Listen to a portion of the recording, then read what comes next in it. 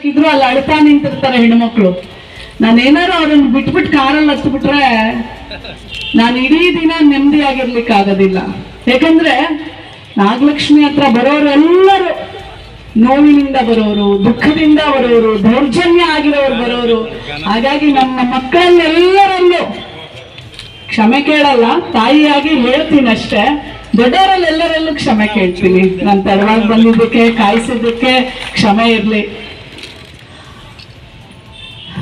ನಾನೇನ್ ಹೇಳಿ, ನಾಗರಾಜ್ ಅಣ್ಣಂದು ನಂದು ಅವಿನಾಭಾವ ಸಂಬಂಧ.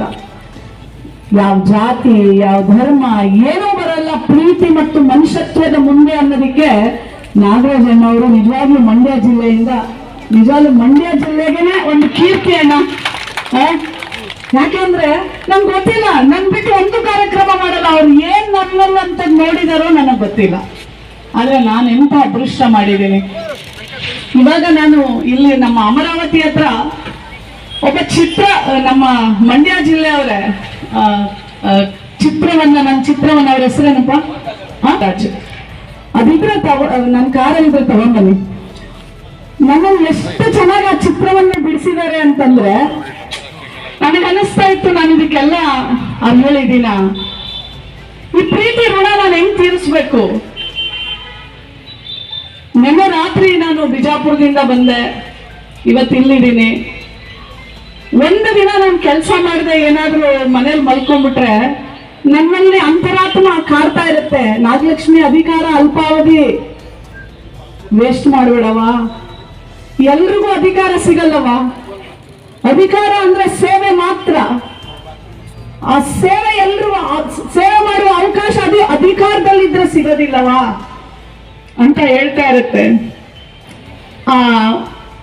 ನನ್ನ ಸಹೋದರ ನಂದು ಡ್ರಾಯಿಂಗ್ ಮಾಡಿಕೊಟ್ಟಾಗ ನಂಗೆ ಅನಿಸ್ತಿತ್ತು, ಯಪ್ಪ ಯಪ್ಪ ಯಪ್ಪ ಯಪ್ಪ ನಾನು ಈ ಪ್ರೀತಿನೆಲ್ಲ ಹೆಂಗಪ್ಪ ಎತ್ಕೊಂಡು ಹೋಗೋದು, ಈ ಋಣಭಾರ ಹೆಂಗಪ್ಪ ತೀರ್ಸೋದು. ನನ್ಗೆ ಭಗವಂತನಲ್ಲಿ ಒಂದೇ ಕೇಳ್ಕೊಳ್ಳೋದಣ್ಣ, ನಾನು ಈ ಋಣಭಾರ ತೀರ್ಸುವ ತನ್ನ ನನ್ನ ಈ ಭೂಮಿ ಮೇಲೆ ಇಡಪ್ಪ, ಕರ್ಕೊಂಡು ಹೋಗ್ಬೇಡ. ಯಾಕಂದ್ರೆ ಅಷ್ಟೊಂದು ಪ್ರೀತಿಯ ಋಣ. ಒಂದು ಮಗಳ ನಾನು ರಾಜಕಾರಣದಲ್ಲಿ ಅಥವಾ ಸಾರ್ವಜನಿಕ ಜೀವನದಲ್ಲಿ ಒಬ್ಬ ಮಗಳು ಬರ್ಬೇಕು ಅಂತಂದ್ರೆ ತುಂಬಾ ಕಷ್ಟ. ಇವತ್ತಿನ ರಾಜಕಾರಣ ಬಹಳ ಕಷ್ಟ. ಹಣಬಲ, ತೋಳುಬಲ, ಇಲ್ಲ ತಂದೆ MLA ನೋ, ಮಂತ್ರಿಗಳು, ಮುಖ್ಯಮಂತ್ರಿಗಳು ಏನೋ ಆಗಿರ್ಬೇಕು ನೀವು ಬೆಳೆಯಕ್ಕೆ. ನೀವೇನು ಇಲ್ದಿರೋ ಒಬ್ಬ ವಿದ್ಯಾವಂತೆ, ಒಬ್ಳು ಡಾಕ್ಟ್ರು, ಒಬ್ಳು ಹಳ್ಳಿಯಿಂದ ಬಂದಂತ ಮಗಳು, ಇಂಗ್ಲಿಷ್ ಸರಿಯಾಗಿ ಬರ್ತಿರ್ಲಿಲ್ಲ, ಫೇಲ್ ಆಗಿದ್ದೆ, ಆದ್ರೆ ಶ್ರಮ ಪಟ್ಟಿದ್ದೀನಿ ಪ್ರತಿದಿನ.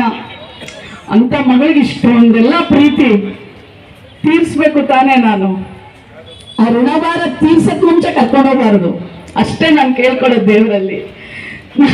ನಾನು ಯಾವಾಗ್ಲೂ ಹೇಳ್ತಿರ್ತೀನಿ, ಅಧಿಕಾರದಲ್ಲಿ ನೀವು ಯಾರನ್ನ ಕೂಡಿಸ್ಬೇಕು ಅಂತಂದ್ರೆ, ಅಧಿಕಾರದ ಇಂಕ್ ಇರುತ್ತೆ ನೋಡಿ, ಪೆನ್ನು. ಆ ಪೆನ್ನಲ್ಲಿರುವ ಇಂಕ್ಗೆ ಬಹಳ ದೊಡ್ಡ ಶಕ್ತಿ ಇರುತ್ತೆ. ಆ ಇಂಕಲ್ಲಿ ಯಾವಾಗ್ಲೂ ಮಾತೃ ಹೃದಯ, ಕರುಣೆ, ಮನುಷ್ಯತ್ವ ತುಂಬಿದವರಿಗೆ ಮಾತ್ರ ಅಧಿಕಾರ ಸಿಗಬೇಕು ಅನ್ನೋದು ಡಾಕ್ಟರ್ BR ಅಂಬೇಡ್ಕರ್ ಅವರ ಒಂದು ಕನಸು. ಅದು ಯಾವಾಗ್ಲೂ ನನಸಾಗಲಿ. ಇವತ್ತು ನನ್ನ ಮಕ್ಕಳಿಗೆಲ್ಲ ನಾನು ಹೇಳೋದು ಇಷ್ಟೇ. ಇವತ್ತು ಎಷ್ಟೋ ಜನ ಅಣ್ಣ ಹೇಳ್ತಾ ಇದ್ರು, ಅಣ್ಣ ಶಿವಾನಂದಣ್ಣ ಎಲ್ಲ ಹಿರಿಯರಿದ್ದೀರಾ, ನಮ್ ಸೆಂಟ್ ಜಾನ್ಸ್ ಆಂಬ್ಯುಲೆನ್ಸ್ ಅವರು, ಮತ್ತೆ ಈ ಕಾರ್ಯಕ್ರಮಕ್ಕೆ ಸೇವೆ ಮಾಡಿದಂತ ಅಂದ್ರೆ ಅವರಲ್ಲಿ ಏನಿದೆ ಅಂದ್ರೆ, ನಮ್ಮ ಮಕ್ಕಳಿಗೆ ವಿದ್ಯಾಭ್ಯಾಸಕ್ಕೆ ತಾನೆ, ಪ್ರೋತ್ಸಾಹಕ್ಕೆ ತಾನೆ, ಮುಂದೆ ಇರಲ್ಲ ಕೈ ಯಾವಾಗಲೂ ಮುಂದೆ ಇರುತ್ತೆ ನಮ್ಮ ಮಂಡ್ಯದ ಮಕ್ಕಳಿಗೆ ಸಹಕಾರ ಮಾಡ್ಲಿಕ್ಕೆ ಅನ್ನುವಂತ ನಿಮ್ಮೆಲ್ಲರಿಗೂ ನಾನು ಒಬ್ಬರು ಮಗಳಾಗಿ, ಒಬ್ಳು ತಾಯಿಯಾಗಿ ಒಂದು ಕೃತಜ್ಞತೆಗಳನ್ನ ತಿಳಿಸ್ತೇನೆ. ನನ್ನ ಹೆಣ್ಣು ಮಕ್ಕಳಿಗೆಲ್ಲ ಹೇಳ್ತೀನಿ ಕೇಳಿ. ಗಂಡ್ಮಕ್ಳು ಇದ್ದೀರಾ? ಎಷ್ಟು ಜನ ಇದ್ದೀರಾ? ಕೈ ಎತ್ತಿ. ಗಂಡ್ಮಕ್ಳು ಪ್ರಶಸ್ತಿ ತಗೊಳಕ್ ಬಂದಿರೋರು? ನನಗಿರೋದು ಇಬ್ಬರೇ ಗಂಡ್ಮಕ್ಳು ಕಂಡ್ರು, ನೀವೂ ನನ್ನ ಮಕ್ಕಳೇ. ಒಂದು 8-9 ಜನ ಇದ್ದೀರಾ, 10 ಜನ ಅನ್ಕೊಂಬಿಡಿ, ಮಿಕ್ಕಿದೆಲ್ಲ ನಮ್ಮ ಹೆಣ್ಮಕ್ಳು ಇದ್ದೀರಾ. ಹಿಂದೆಗಡೆ ನಮ್ಮ ಮರದ ಹತ್ರನೂ ನಮ್ ಗಂಡ್ಮಕ್ಳು ಇದ್ದಾರೆ. ನನ್ಗೆ ಯಾವಾಗ್ಲೂ ಮೀಡಿಯಾದವ್ರು ಒಂದು ಪ್ರಶ್ನೆ ಮಾಡ್ತಿರ್ತಾರೆ, ಮೇಡಮ್ ನೀವು ಮಾಡೋದೆಲ್ಲ ಹೆಣ್ಮಕ್ಳಿಗೆ, ನೀವು ಮಾಡೋದೆಲ್ಲ ಮಹಿಳೆಯರಿಗೆ, ಬಟ್ ಗಂಡ್ಮಕ್ಳಾಗಿ ನಿಮ್ಮನ್ನ ಇಷ್ಟೊಂದು ಪ್ರೀತಿ ಮಾಡ್ತಾರೆ, ಇಷ್ಟೊಂದು ಅಭಿಮಾನಿಸ್ತಾರೆ ಅಂತ. ನಾನೊಬ್ಳು ತಾಯಿ, ಅದಕ್ಕೆ ಮಕ್ಕಳಲ್ಲಿ ಭೇದ ಭಾವ ಇಲ್ಲ. ಸೊ ಹಾಗಾಗಿ ಅವರು ಕೆಲಸ ಮಾಡೋದು ನಾನು ಹೆಣ್ಮಕ್ಳಿಗೆ, ಆದ್ರೆ ಅವರು ನಮ್ಮ ಜೊತೆ ನಿಂತ್ಕೊಂಡು ನಿಜವಾದ ಭಾರತಾಂಬೆಗೆ ಒಂದು ಸಾರ್ಥಕತೆ ನೀವೆಲ್ಲ ಹುಟ್ಟಿರೋದಕ್ಕೆ ಭಾರತ ನಾಡಿನಲ್ಲಿ. ಹಾಗಾಗಿ ನಮ್ಮ ಗಂಡ್ಮಕ್ಳು ನಮ್ಮ ಜೊತೆ ಇರ್ತಾರೆ ಅಂತ ನಾನು ಯಾವಾಗ್ಲೂ ಅನ್ಕೊಳ್ತೀನಿ. ನಮ್ಮ ಹೆಣ್ಮಕ್ಳಿಗೆಲ್ಲ ಹೇಳೋದಿಷ್ಟೇ, ನಿಮ್ಮ ಗುರಿಯನ್ನ ಸಾಧಿಸೋತನ ನೀವು ಮದುವೆ ಆಗಬೇಡಿ. ನನಗೆ ಮಂಡ್ಯದಲ್ಲಿ ಕಂಪ್ಲೇಂಟ್ ಇದೆಯವ್ವ, ಭಾಷಣ ಮಾಡಿ ಇಳಿತಾ ಇದ್ದೆ ಕೆಳಗಡೆ. ಮೊನ್ನೆ ಮೈಸೂರಲ್ಲೋ ಎಲ್ಲ ಒಂದು ಹೆಣ್ಮಗಳು, ಮೇಡಮ್ ನಮ್ಮ ಊರಿನಲ್ಲಿ ಹೆಣ್ಮಕ್ಳು ಸಿಗ್ತಾ ಇಲ್ಲ ಮದುವೆ ಮಾಡ್ಕೊಳಕ್, ಅದಕ್ಕೆ ಹೇಳ್ರಿ ಒಂದೇನಾದ್ರು ಅಂತ. ಹೆಣ್ಮಕ್ಳು ಹೊಟ್ಟೆಯಲ್ಲೇ ಕೊಂದು ಬಿಡ್ತಾ ಇದ್ದೀರಾ. ಅದು ನಮ್ಮ ಮಂಡ್ಯ ಜಿಲ್ಲೆ, ಅದರಲ್ಲೂ ಫೇಮಸ್ ಐತೆ, ಎಲ್ಲದ್ರಲ್ಲೂ ಫೇಮಸ್, ಹೋರಾಟದಲ್ಲಿ ಫೇಮಸ್, ರೈತರ ಹೋರಾಟದಲ್ಲಿ ಫೇಮಸ್, ಎಲ್ಲದ್ರಲ್ಲೂ ಫೇಮಸ್. ಕಾವೇರಿಯ ನದಿ, ಕಾವೇರಿಯ ಮಣ್ಣು, ಹೋರಾಟಕ್ಕೆ ಶತಸಿದ್ಧ, ಸಾಹಿತ್ಯಕ್ಕೆ ಮೊದಲನೇ ಸ್ಥಾನ, ಕಲೆ ಸಂಸ್ಕೃತಿಗೆ ಮಂಡ್ಯ ಯಾವಾಗ್ಲೂ ಮುಂದಿನ ಸ್ಥಾನ. ಅದ್ ಯಾಕ್ರಿ ಹೆಣ್ಮಕ್ಳನ್ನ ಕೊಲ್ಲೋದ್ರಲ್ಲಿ ನೀವು ಮುಂದೆ ಸ್ಥಾನದಲ್ಲಿದ್ದೀರಾ? ಹೆಣ್ಣಿಲ್ದ ಜಗತ್ತಿಲ್ಲ. ಈಗ ನೋಡ್ರಿ ಎಲ್ಲ ಹಳ್ಳಿಯೆಲ್ಲ ಅಳೋದಂತೆ, ಹೆಣ್ಮಕ್ಳಿಲ್ಲ ಗಂಡು ಮಕ್ಳಿಗೆ ಹೆಣ್ಣು ಸಿಕ್ತಿಲ್ಲಂತೆ. ಈಗ ನಿಮ್ಗೆ ಎಂತ ಹಳೆ ಬರ ನೋಡ್ರಿ. ನಾವ್ ಹೇಳ್ತೀನಿ, ನಮ್ ಈ ಕಡೆಯವ್ರು ನಾವೆಲ್ಲರೂ ಬಿಹಾರದವ್ರನ್ನ ಒರಿಸ್ಸಾದವ್ರನ್ನ ಮದುವೆ ಮಾಡ್ಕೊಂಡಿದೀವ. ಇವಾಗ ಆ ಹೆಣ್ಮಕ್ಳನ್ನ ತಂದು ಮದುವೆ ಮಾಡ್ಕೊಳ್ಳೋ ಕಾಲ ಬಂದೈತಿವಿ. ಯಾಕಂದ್ರೆ ಅದನ್ನ ನಾವೇ ಮಾಡ್ಬಿಟ್ಟಿದೀವಿ. ಬಟ್ ನಾನು ನಿಮ್ಗೆಲ್ಲ ಹೇಳೋದಿಷ್ಟೇ, ಯಾಕೆ ನಿಮ್ಮ ಗುರಿ ತಲುಪುವ ತನ ನೀವು ಮದುವೆ ಆಗ್ಬೇಡಿ ಅಂತ ಹೇಳ್ತೀನಿ ಅಂದ್ರೆ, ಅದಕ್ಕೆ ನಾನೇ ಒಂದು ಸಣ್ಣ ಉದಾಹರಣೆ. ನಾ ಹಳ್ಳಿಯಿಂದ ಬಂದವಳು. ನಮ್ಮೂರಿನಲ್ಲಿ ಋತುಮತಿ ಆಗಿದ ತಕ್ಷಣ ನನಗೀಗ ಈ ಅಕ್ಟೋಬರ್ ಬಂದ್ರೆ ಸರ್ ನಾನು 52 ವರ್ಷ ಆಗತ್ತೆ ನನಗೆ ಈ ಅಕ್ಟೋಬರ್ಗೆ.